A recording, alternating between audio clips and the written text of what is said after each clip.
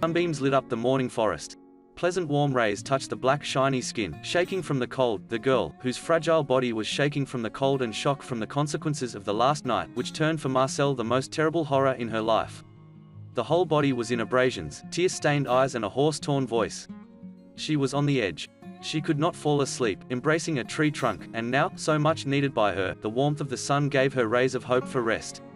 She needed to sleep. She slid down with difficulty, finding herself in a clearing, where the man to whom she had entrusted her heart was torn to pieces by wolves. Everything was covered in blood and scraps of Vince's clothes. She could no longer cry, and looking around, having absolutely no idea where she was and where to go next, she thought, I don't care, I'll go east, and moved to where a warm light was winking at her with soft rays.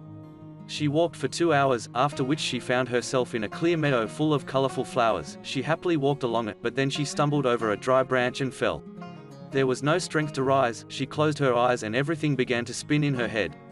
Opening her eyes, she saw that she was lying on a warm bed, in some kind of hut, covered with a blanket. Next to her, on a stool, was a cup of cold tea and a handful of crackers. It was all swallowed up in seconds. She got out of bed and her legs ached terribly. Looking around her body, she saw a bunch of abrasions that hurt a lot, which reminded her of last night. So it was not a dream, all this actually happened to me. Tears came from her eyes. At the same moment a bearded man with a gun ran into the hut. Oh, woke up, dark-haired child. By the way, he found her in a clearing and carried her to his hut after an hour. No, no, no, and don't ask, I can't help you, I don't want to help you. Quickly walking out of the hut, the huntsman Mikhail came out. Please, I have no one else, I really need to go home. She ran after him. What, am I your father? This is a different continent. It's not Vasuki to hit the road. I know it's not easy, but help as much as you can. You have friends in the big city, for sure there are. I'll do anything for you. But the old man was relentless. I have children, but will they grab me? What then? What are you looking at with big eyes? Stay for today, and tomorrow on all four sides. It was getting dark. Mikhail fiddled with her wounds, cooked supper, heated the stove. Uncle Misha, you are a good person.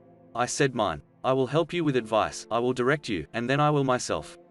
I understand that you have trouble, but you also understand me. I do not want to ruin my life.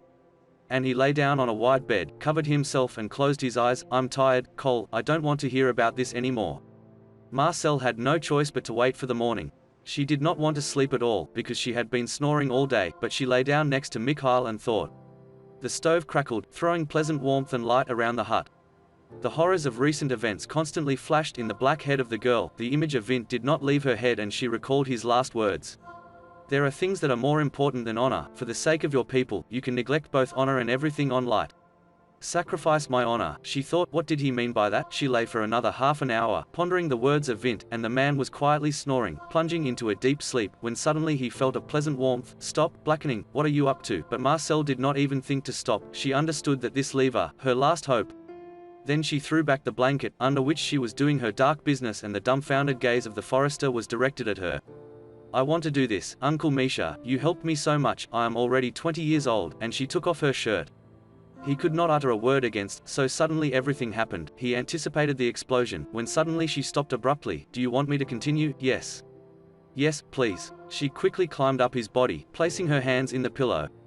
Promise that you will arrange me in Moscow and help me return home? Promise. My baby, give me your word that you will help me return home? Then I will do whatever you want. I give you my word, I will do everything in my power.